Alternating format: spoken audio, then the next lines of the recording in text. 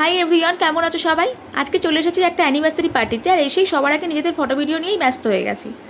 এই যে এনাদের আজকে বিয়ের 25 বছর পূর্ণ হলো, হ্যাপি অ্যানিভার্সারি। খুব ভালো থাকুক, সুস্থ থাকুক, ঈশ্বরের কাছে এটাই প্রার্থনা করি এই দিনটি যেন ওনাদের জীবনে বারবার ফিরে আসে।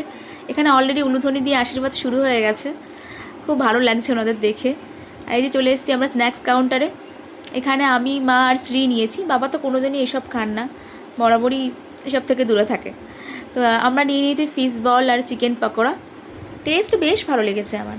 এখানে কেক কাটা হচ্ছে, মাখা হচ্ছে, খুব আনন্দ হচ্ছে, সবাই খুব মজা করছে।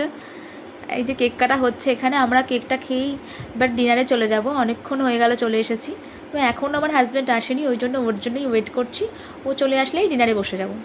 প্রথমেই চলে আসলো বেবি নান, সাথে চানা মশালা, এই যে স্যালাড দিয়ে দিল। এরপর আমাদের ফেভারিট ফিশ ফ্রাই। মানে কী বলবো, এই ফিশ ফ্রাই খেতে এত ভালোবাসি, কিন্তু এইটা এত গরম, এত গরম যে সত্যি কথা খেতেই পারলাম না, মানে জাস্ট পারলাম না। এরপর বাসন্তী পোলাও আর সাথে মাটন কষা, এটাই খেয়েছি। আরে কী বলবো, ফিশ ফ্রাই তো খেতেই পারলাম না।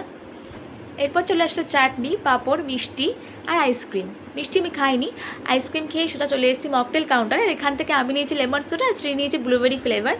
এখন এখানে বসে একটু গল্প করছি, এরপরেই আমরা বাড়ি চলে যাব। তো আজকের মতো এতটুকুই। আমার ভিডিও কেমন লাগলো তোমাদের অবশ্যই জানিও। ওকে, বাই।